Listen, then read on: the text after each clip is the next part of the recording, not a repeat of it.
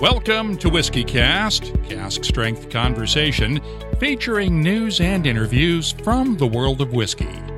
I'm Mark Gillespie, and this is episode number 747 for December 30th, 2018. Coming up in a few minutes.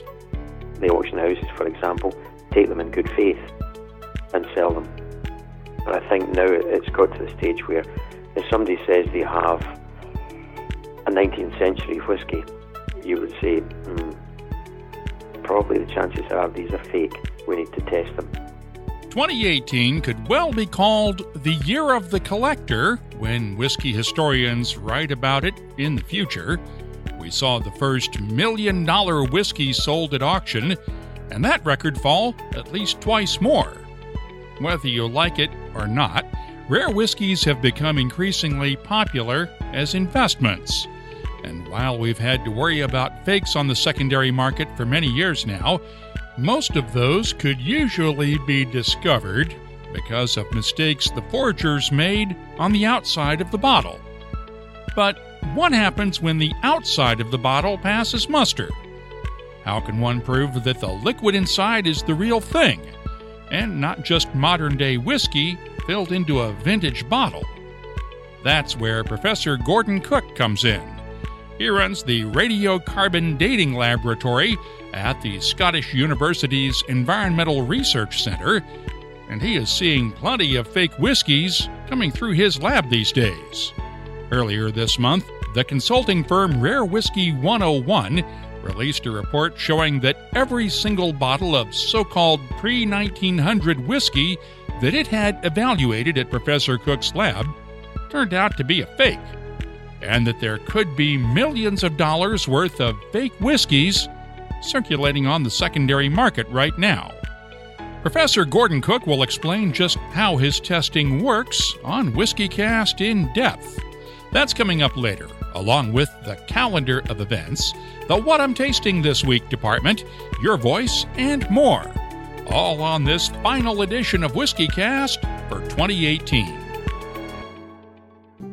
WhiskyCast, brought to you by Redbreast, the definitive single pot-still Irish whiskey. Those in the know Redbreast. From far beyond the wall comes a whiskey for those who face the oncoming storm and never stop walking. Winter is here. White Walker by Johnny Walker. White Walker by Johnny Walker. Blended Scotch whiskey, 41.7% alcohol by volume. Imported by Diageo North America, Norwalk, Connecticut. Please drink responsibly. Let's start off with the news. It's brought to you by Highland Park. The week between Christmas and New Year's is always a light one when it comes to whiskey news. But as we first reported last time around, the partial shutdown of the U.S. federal government could soon have an impact on whiskey makers. That's because one of the agencies that has not had a fiscal 2019 budget approved yet is the Treasury Department, including the Alcohol and Tobacco Tax and Trade Bureau. We know it as the TTB, and the TTB regulates the alcoholic beverage industry in the U.S., but without a budget, all but the most essential of the Bureau's functions have been shut down until Congress and the Trump administration work out a deal to end the shutdown. As of now, the agency's only working staff are those who process tax payments, which you still have to make, or work on active criminal investigations. While most of the TTB's website is still functioning, no label approval applications or paperwork for distilled spirits plant permits are being processed. While that's not a major issue this week because of the holidays, if that shutdown lasts more than another week or so, it will begin to affect the ability of whiskey makers to request label approvals for new whiskeys they're planning to release in 2019, especially since the agency already has a backlog of applications in the pipeline. Keep in mind that the TTB also has to approve labels for beers and wines, as well as distilled spirits. According to the agency's Public Label Approval Registry, TTB inspectors approved 9,300 label applications between December 1st and the start of the shutdown, December 22nd. More than 192,000 label applications were submitted this year. Back in October, we had an update from Pam Heilman of Michter's on the progress of the long-delayed Michter's Fort Nelson Microdistillery and Visitors Center that's being built on Louisville's Whiskey Row. Here's what she said back then. Hopefully in the next few months, we'll be making announcements and getting open down there. We've actually got the stills installed. We've been operating the original stills from Pennsylvania, the 2-pot stills. So we're getting those lined out so we can operate them down there, and staffed and all of that kind of stuff, all the final details. And we're really excited about it. It's going to be a great educational experience, not only about whiskey, but about Michter's and what we're all about. We've been able to confirm now from a very reliable source that the Michter's experience is expected to open by the end of January, with a grand opening tentatively set for January 31st. Michter's has not issued an official statement confirming that yet, but we do expect an announcement shortly after the holidays. Last month, we reported on Wisconsin's Death's Door Spirits filing for bankruptcy court protection. The distillery and its brands have been sold at a court-ordered auction, with Dancing Goat Distillery bidding almost $2.5 million for the Death's Door assets. The two distilleries are both located in the Madison suburbs, and Dancing Goat co-founder Travis Haas told the Associated Press that their shared Wisconsin heritage creates a good synergy, and the plan is to keep growing the Death's Door brand. The sale is expected to close this coming month. Bruichladdich has never shied away from tweaking the rest of the Scotch whiskey industry from time to time. The Islay Distillery kicked off a new campaign this fall with the tagline, Islay, Badge, or Provenance. And the campaign features high-fashion-style portraits of several of the Bruichladdich workers who grew up on the island. That includes Christy McFarlane, Bruichladdich head of communications, and during a Bruichladdich event earlier this month in New York City, I asked her to explain the meaning of Islay, Badge, or Provenance. There's a section of the Scotch Whisky Association's regulations which states that an Islay whisky only has to be distilled on the island in order to become an Islay single malt, in order to be called an Islay single malt. So you don't have to grow barley on the island, you don't have to malt on the island, mature there, bottle there, using Islay spring water. So really, if you were being very short-term and a bit pedantic about it, all you'd have to do is allow the spirit to spend about 4 days on the island being mashed, fermented and distilled. And what we're trying to get at as a company is that really doesn't go far enough. If you've got a really small island community like Islay, where there's only around 3,500 people living there, we have a responsibility to the people who live there to spread the economic benefit a little bit further.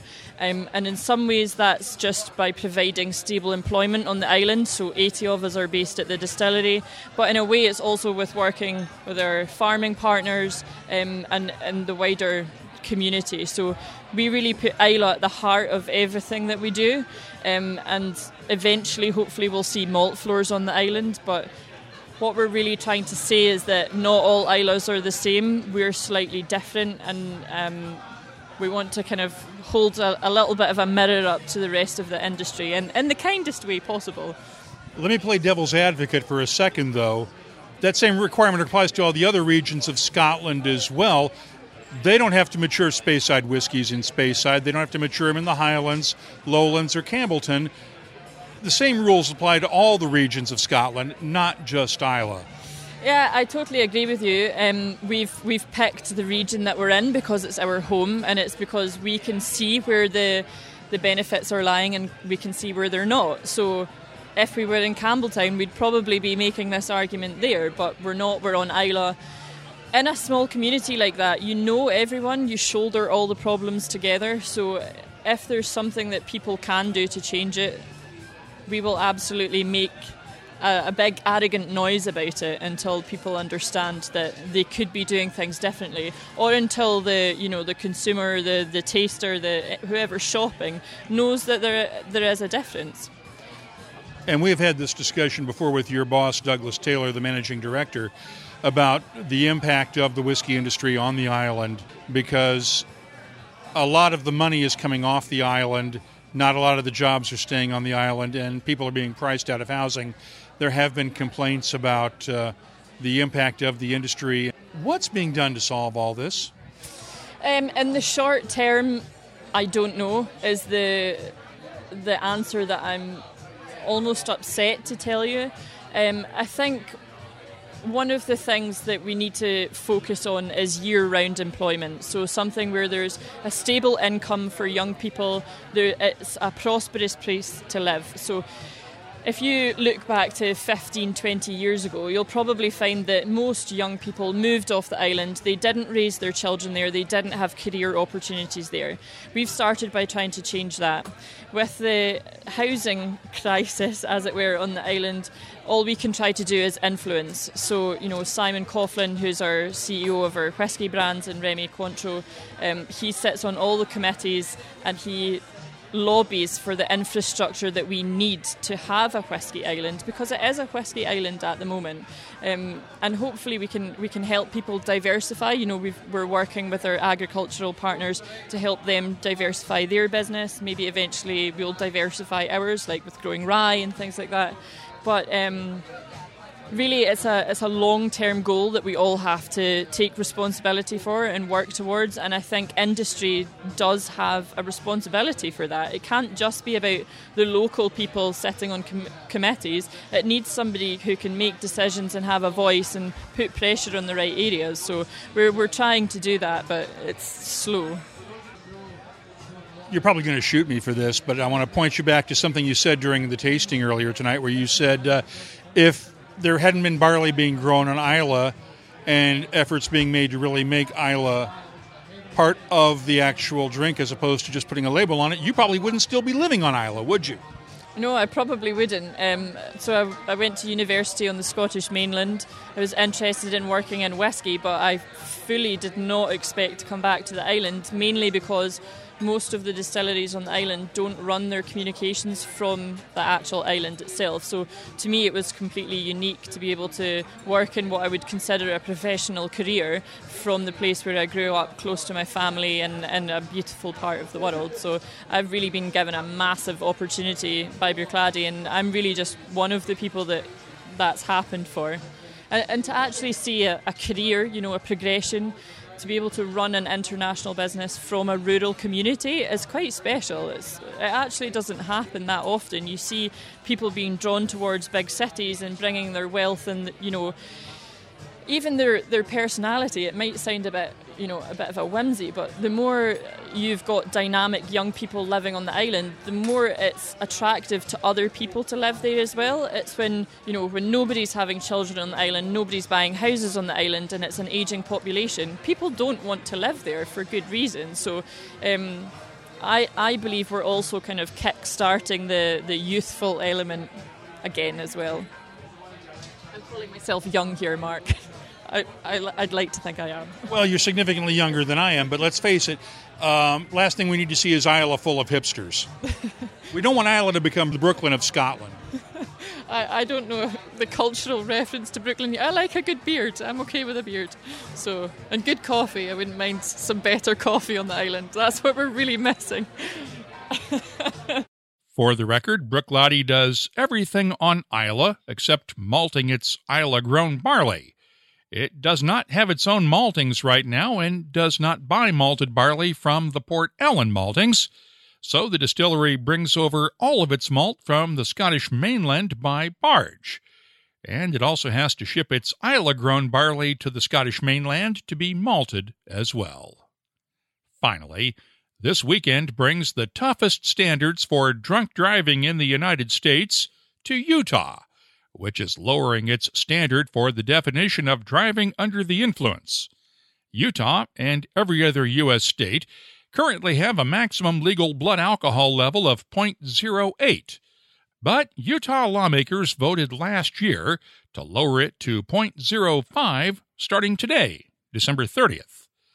That is the same legal standard used in most other countries, including France, Germany, Australia, Ireland, and Scotland, though England, Wales, and Northern Ireland use the higher 0.08 standard. No matter what the legal limit is, though, it is never acceptable to drink and drive. You can keep up on the latest whiskey news all week long at whiskycast.com. The news is brought to you by Highland Park, the Orkney single malt with Viking soul. As you're celebrating the holidays with friends and family, Highland Park reminds you to celebrate responsibly. Remember, a little Highland Park goes a long way. Check out the entire range at highlandparkwhiskey.com. Time now for the WhiskyCast calendar of events. First up, the Spirit of Speyside Festival isn't until May, but there are 2 dates coming up that you need to know about if you're thinking of attending the 2019 festival. The program will go up on the festival's website January 31st, and tickets for all the events will go on sale starting February 5th at 1200 hours GMT. Second, if you think you know your bourbons, here's a chance for you to prove it. The 2019 Big Blind Bourbon Taste Off starts January 14th at Fritz Farm in Lexington, Kentucky, with 5 nights of preliminary heats, followed by the semifinal round and the final round on Saturday, January 20th. First prize, $2,000 in cash and a custom barrel head trophy. There's a link for more details on the calendar of events page at whiskycast.com, and we'll have more on this one next time around. Elsewhere, the Scotch Whisky Experience kicks off its 2019 slate of Scotch Whisky training schools January 16th in Edinburgh, Scotland. I'll be in Victoria, British Columbia once again this year with special coverage of the Victoria Whisky Festival January 17th through the 20th. The Whiskey X Los Angeles is January 25th. Bacon and Bourbon is February 16th in Charleston, South Carolina. And Distill America is that same night in Madison, Wisconsin. Julio's Liquors in Westboro, Massachusetts has its annual Go Whiskey Weekend, February 22nd through the 24th. And the Whiskey Show Old and Rare is in Glasgow, Scotland, February 23rd and 24th. Right now, we have 151 different events around the world on our searchable calendar at whiskycast.com. Just click on the search button to find an event near you or wherever you're traveling during 2019. From deep in the north, far beyond the wall, the howl of the frozen wind brings word of something new. A whiskey from the land of always winter, for those who face the oncoming storm and never stop walking. Winter is here. White Walker by Johnny Walker. White Walker by Johnny Walker. Blended Scotch whiskey, 41.7% alcohol by volume. Imported by Diageo North America, Norwalk, Connecticut. Please drink responsibly. WhiskyCast In-Depth is brought to you by Lagavulin. Whiskey forgers have been around for almost as long as there's been a secondary market for rare whiskeys. It used to be easy to identify fakes because all but the best forgers invariably made mistakes that were easy to spot, like the wrong type of paper on a label, maybe the wrong color of ink, or, easiest of all to spot, a type of bottle that wasn't even available when that so-called rare whiskey was produced. One of the problems with the internet, though, is that it's made high-resolution images of rare bottles easy to find and for forgers to use as a template. And the growing interest in rare whiskeys as an investment has made it profitable for those with questionable ethics to create forgeries. Just before the holidays, the Scottish consulting firm Rare Whisky 101 released a new report showing that 21 out of the 55 bottles it acquired on the secondary market and had tested were confirmed as fakes through radiocarbon dating, meaning those bottles passed the eye test, but only by analyzing the whiskey inside them could they be unmasked as forgeries. What's more, those bottles were not bought just from private sellers, but from reputable auctioneers and retailers who also did their own eye tests and thought they were real. If they had been the real thing, those 21 bottles would have had an estimated value of around £635,000, around $806,000 U.S. David Robertson is one of the founders of Rare Whisky 101, and while he said in the report that the vast majority of whiskey vendors are not knowingly selling fake whiskeys to unsuspecting buyers, he believes the problem of forgeries will keep growing as the prices for rare bottles keep rising. Professor Gordon Cook heads up one of the 4 radiocarbon testing labs in the UK. He's based at the Scottish University's Environmental Research Centre.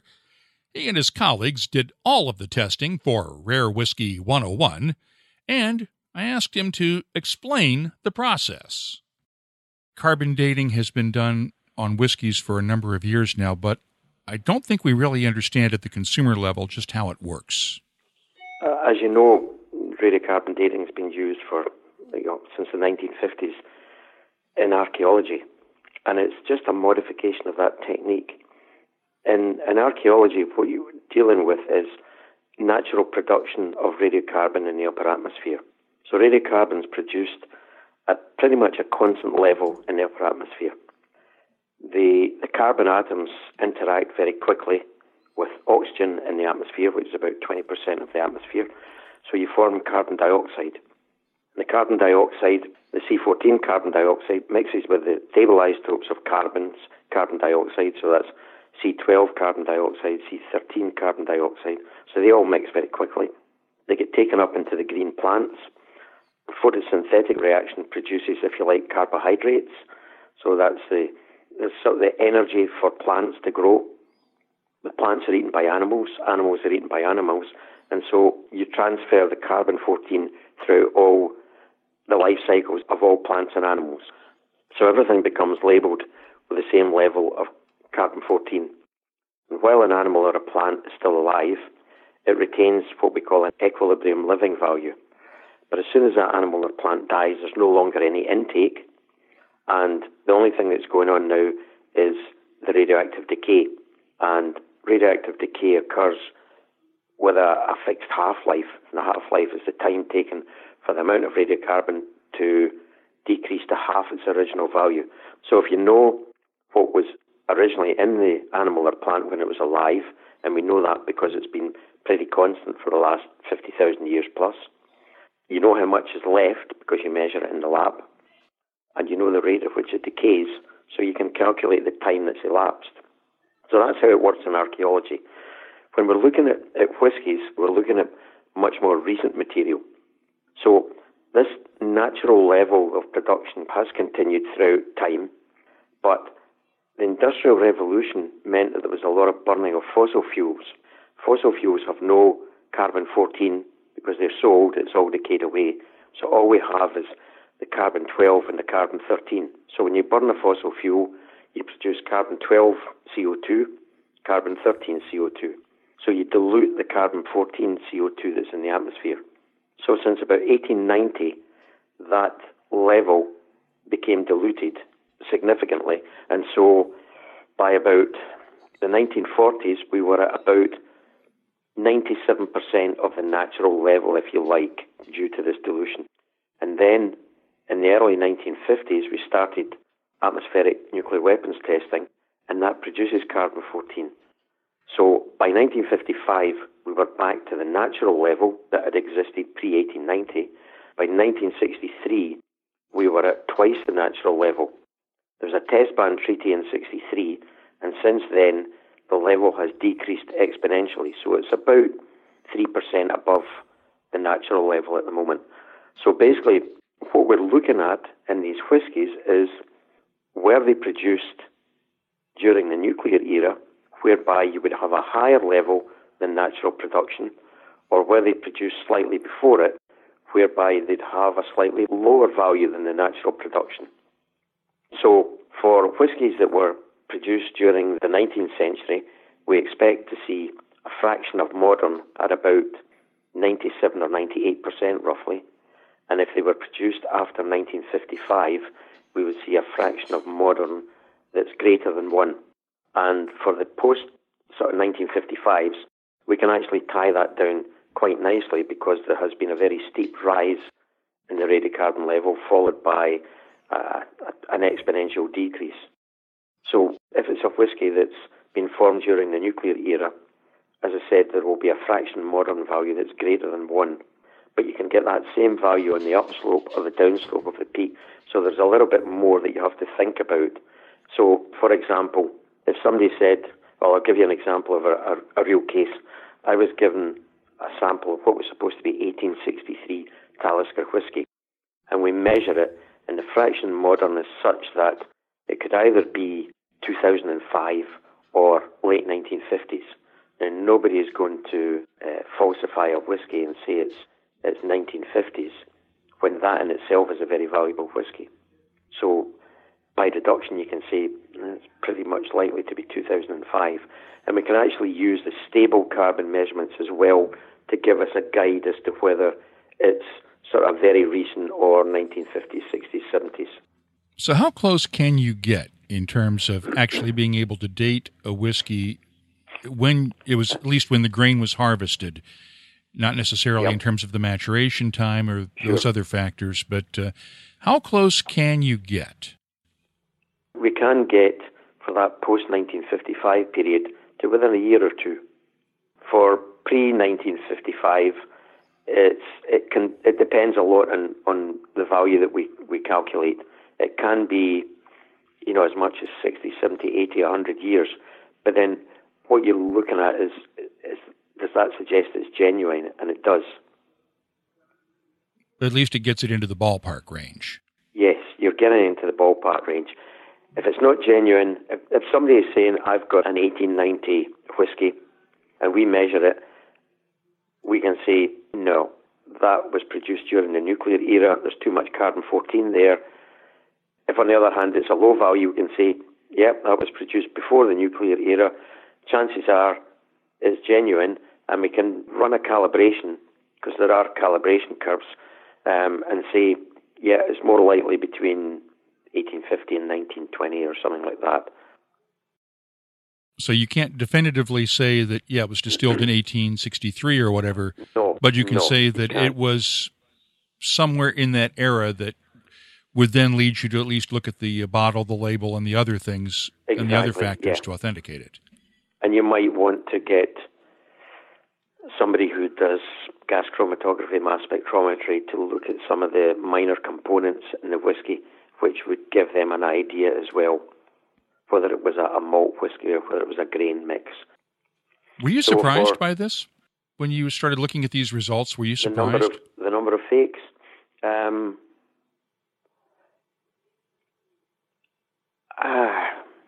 Probably yes. We had done one or two for private individuals and found that they were fakes. And then we started looking more widely with the help of Rare Whisky 101, and we were finding a lot of fakes amongst them. And these are coming from all areas, private individuals selling them, auction houses selling them, and so on. And they're not necessarily being sold with the intention of fooling people. I mean, I think in many cases, people, the auction houses, for example, take them in good faith and sell them. But I think now it's got to the stage where if somebody says they have a 19th century whiskey, you would say, probably the chances are these are fake. We need to test them. Because, the auction houses have been opened up to all sorts of criticism, perhaps, legal proceedings being taken against them. What does it cost to do this kind of testing on a whiskey, and what does it do to the bottle? I'm assuming you have to at least withdraw some of the whiskey with a syringe to be able to do the testing. Sure. It's probably in the region of about £400, and we've got a couple of systems we can use. We can simply use a hypodermic syringe, or more likely two syringes, one that allows a little bit of air in, and then the other one to withdraw the material. And we only need about 1 milliliter of material. The reason we take a milliliter is what we tend to do is distill off the alcohol and measure the radiocarbon in the alcohol. If it was just the neat whiskey, we could take 30, 40 microliters, tiny amount, but you have to worry about other components that might be there and whether there's little pieces of cork that are floating around in the whiskey, because these old whiskies can have a bit of cloudiness about them, and that could be material coming out of the whiskey just precipitating out, or it could be the cork is gradually being eroded and little bits fall into the actual whiskey, and you might just pull them up when you're syringing. So by distilling the alcohol, we get rid of that threat. So we can do it with a couple of hypodermic syringes, or there is a system that's used for sampling wine. It's a Provenance system. It has, a hypodermic needle, but what it does, it pressurizes the bottle a little bit with an inert gas, so that allows you to withdraw material. And with the Provenance system, the hypodermic doesn't have the hole in the point, it's on the side, so you're less likely to choke the syringe needle with, cork and so on. Could you examine the cork and get the same sort of results, or does the cork continue to absorb hydrocarbons from the air? No, you could examine the cork, but the best way is actually to measure the carbon-14 in the actual whiskey. That's a direct measurement. Okay. It would be possible, perhaps, for people to take old cork and put it into whiskey or whatever. Yeah, if they're faking something else, they might as well just get old cork and put it in there. You wouldn't expect to see modern-day cork. You could do the label as well, and again, you're not directly looking at the whiskey. This is the best way to do it, is to actually measure the product. How much cooperation have you had from the industry in doing this research? Because I imagine that the distillers want to make sure that whatever's going out to the public is as authentic as possible, right? Yeah. Well, the distillers were very helpful in the early days. They gave us a lot of whiskies of known age so that we could create a calibration curve. Now, there are calibration curves for the post-1950s period, but what we wanted was one that was based on whiskey itself. And so we've got a huge number of whiskies with known distillation year. So we've created a calibration curve between the 1950s and present day. And you find that it is offset from the normal calibration curve you would find in the literature, basically because we're looking at the distillation year rather than the year in which the barley grew. But I think also it gives the whiskey industry a bit more confidence that we're actually creating a calibration curve based on whiskies rather than one that was based on tree rings and atmospheric measurements of C14 and so on. There are radiocarbon testing labs around the world with both university-based and private sector facilities, and many of them do offer testing services. But so far, Professor Cook's lab in Scotland is the only one that is publicly doing testing on whiskies. There's a link to the Scottish University's Environmental Research Centre's website in our show notes for this episode at whiskycast.com. WhiskyCast In-Depth is brought to you by Lagavulin, the legendary Islay single malt. Look for the new House Lannister Lagavulin 9-year-old. It's part of the Game of Thrones single malt Scotch whiskey collection from Diageo and HBO. You'll find it at a whiskey shop near you, and check out the rest of the Lagavulin single malts at malts.com. The What I'm Tasting This Week department is brought to you by Heaven Hill Distillery. Let's start off with one of the 3 Alumni Whiskey Series bottlings from J.P. Wiser's, honoring 3 Canadian hockey legends. The Guy Lafleur edition is only available in Quebec and is a 10-year-old 100% corn whiskey matured in a combination of ex-bourbon, Speyside Scotch, and rum barrels. It's bottled at 40% ABV, and the nose has notes of brown sugar, molasses, honey, toffee, and a hint of fudge.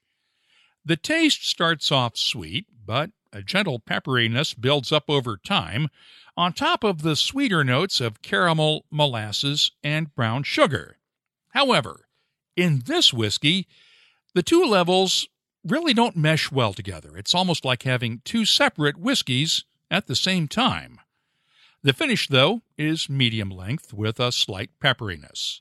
I'm scoring the Alumni Whiskey Series Guy Lafleur edition from J.P. Weiser's an 85. And you'll find my scores for the Wendell Clark and Lanny McDonald editions soon at WhiskyCast.com. By the way, part of the proceeds from the sales of the Alumni Whiskey Series go to benefit retired NHL hockey players through the NHL Alumni Association. Next up, let's look at the Five Lions independent bottling of an Aberlour 8-year-old single cask. This was matured in a first fill ex Oloroso sherry cask and bottled at 57.9% ABV. The nose has notes of maple syrup, toffee, caramel, vanilla, peaches, and dried apricots. The taste, thick and chewy with oak tannins, toffee, caramel, and a hint of clove spice. The finish is long and oaky with touches of toffee and caramel. I'm scoring the Five Lions Aberlour 8-year-old a 90. I'll have more tasting notes in just a minute, but first, our tasting notes are brought to you by Heaven Hill Distillery. 85 years ago, as the end of Prohibition meant a renewed demand for Kentucky bourbon, Ed Shapira and his brothers invested in a new distillery in Bardstown. They bought their partners out later on, and today that little startup is the largest family-owned and operated distillery. Get the entire history at heavenhilldistillery.com. Think wisely, drink wisely. I received a sample of the Jack Daniel's No. 27 Gold Tennessee whiskey recently. This travel retail exclusive is double filtered and gets a second maturation in maple barrels. It's bottled at 40% ABV, and the nose has notes of maple syrup and bacon, along with honey, caramel, muted spices, and a soft oakiness. The taste starts off light at first, then develops a good spiciness balanced out nicely by honey, caramel, and maple notes. And the finish is long with lingering spices and just a touch of brown sugar. I'm scoring the Jack Daniel's No. 27 Gold a 90. And finally, let's look at the Booker's 30th Anniversary Bourbon. As we heard from Fred No last time around, it's a blending of 9 and 16-year-old bourbons bottled at 62.9% ABV. The nose is oaky, but still well-balanced with notes of caramel, cocoa, honey, and brown sugar. The taste is spicy, but not overpowering, with a good balance between black pepper spiciness and sweeter notes of caramel, honey, and cocoa, with the palate turning dry and dusty, leading into a medium-length finish with just a touch of pencil shavings. I'm scoring the Booker's 30th Anniversary Bourbon a 91. The What I'm Tasting This Week department is brought to you by Heaven Hill Distillery. I'll be adding these tasting notes to our searchable list of more than 2,400 different whiskeys from all over the world. You'll find it at WhiskyCast.com. Everyone knows the expression, "'tis better to give than to receive." At Redbreast, we don't think the two are mutually exclusive. Maybe it's better to give Redbreast and receive. Like receiving a glass or two right away for your thoughtful gift of Ireland's definitive single pot still whiskey. Or receiving that, "Hey, thanks again for that bottle of Redbreast," a month later. Or receiving that shout-out in a wedding speech for introducing the groom to Redbreast, completely overlooking the fact that you introduced him to his bride as well. What we're trying to say is, introducing someone to Redbreast will come back to you in unexpected ways. Redbreast, You've landed on something special. Now be sure to share it. Proud sponsor of WhiskyCast. Let's open up the inbox now for Your Voice, presented by Lot 40. Earlier this weekend, I joked on social media that maybe I should just take this week off, and a lot of you said, why not? Go ahead, you deserve it. Truth be told, we haven't taken a week off since the show started in November of 2005, and I was just kidding. I'm not about to take a week off now and stop that streak. But I did want to share one comment from Brian at the Ether Man on Twitter to this little joke I played. We need the news and events. Otherwise, fake news agents creep in and people might start buying no age statement 40% ABV chill filtered swill. We need you. Thanks, Brian. It's good to be needed. Each year I ask on social media for your last dram of the year and what you think will be your first dram of the new year. We're already getting a lot of responses, even though there's still just a bit of time left to change your mind. From Twitter, Corey Page says, we'll be celebrating with a Dave Pickerel lineup. Great idea, Corey. Of course, Dave Pickerel's passing in November was one of the sadder news stories we had to report this year. Aidan McGovern tweeted this from Cork, Ireland. Redbreast 21, Mark. The one at McGovern CF, Aidan's wife, says doesn't taste like whiskey. I should point out that Redbreast's official U.S. Twitter account responded to Aidan's tweet. We're flattered. Ross Galbraith responded with this note from Canada. Not sure what my last will be, but my first dram of New Year's Day is always the latest Laphroaig Kerchus release, shared with some friends at a beach on the Bay of Fundy, trying to channel that Islay spirit. Tim Marr tweeted this. I'm thinking either the Jameson Stout Caskmates version or a Basil Hayden for two reasons. One, we're expecting our third son in early 2019. Unplanned, so money will be tight for a while. And two, I saw a 2-for-1 deal on both at a nearby liquor store. #blessed. Congratulations, Tim. Always great to get a 2-for-1 deal. And congratulations on the new son, too. From our Facebook page, Patrick Putt has a simple idea. Lagavulin 16 and a Lagavulin 16. P.T. Wood of Wood's High Mountain Distillery in Colorado shared this.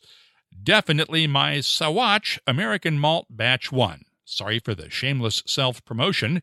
4.5 years old, aged in new 53-gallon Kelvin American oak barrels, 101 proof. This is the whiskey I was dreaming of when I decided to be a distiller. Thanks, P.T. Evan Haskell said, scored my first ever Pappy this year, 20 years old. It's open, and it will be my New Year's pour. Cheers. And finally, our pal Chris Tetsenko posted this note from Australia.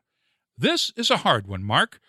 Not sure what I am doing yet due to my mom in hospital, and I have the unfortunate honor of having a 7 a.m. start at work on New Year's Day.